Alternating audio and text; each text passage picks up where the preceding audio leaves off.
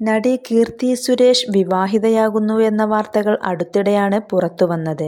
ഏറെക്കാലമായി സുഹൃത്തായി തുടരുന്ന ആന്റണി തട്ടിലിനെ വിവാഹം ചെയ്യാനൊരുങ്ങുകയാണ് കീർത്തി എന്ന റിപ്പോർട്ടുകൾ കീർത്തിയുടെ പിതാവ് സുരേഷ് സ്ഥിരീകരിച്ചിരുന്നു.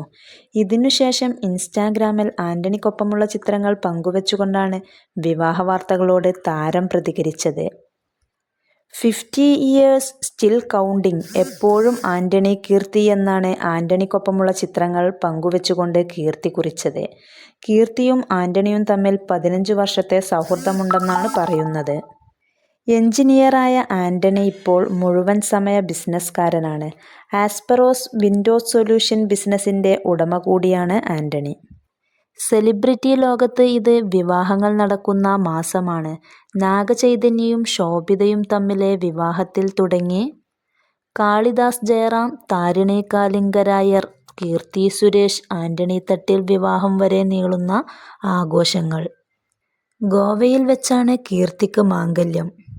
ഇവരുടെ വിവാഹത്തിൽ ഹിന്ദു, ക്രിസ്ത്യൻ ആചാരങ്ങൾ 2 നേരങ്ങളിലായി ഉണ്ടാകും.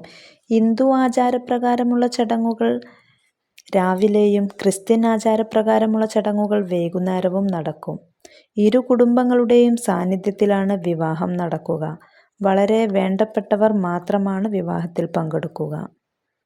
കഴിഞ്ഞ ദിവസം മേക്കപ്പ് ടേബിളിന് മുന്നിൽ വിവാഹാഘോഷങ്ങൾക്ക് തയ്യാറെടുപ്പുകൾ നടത്തുന്ന ഒരു ചിത്രം പുറത്തുവന്നിരുന്നു. കിറ്റി എന്ന കീർത്തിയുടെ ഓമനപ്പേര് പതിപ്പിച്ച ഒരു ഗൗണ് ധരിച്ചിരിക്കുന്നു കീർത്തിയുടെ ചിത്രമാണ് പുറത്തു വന്നത്. ഇന്റർനെറ്റിൽ എത്തിച്ചേർന്ന വിവരങ്ങൾ പ്രകാരം കീർത്തി ആന്റണി തട്ടിൽ വിവാഹത്തിന് ഒരു പ്രത്യേക പത്രം തയ്യാറായിട്ടുണ്ട്.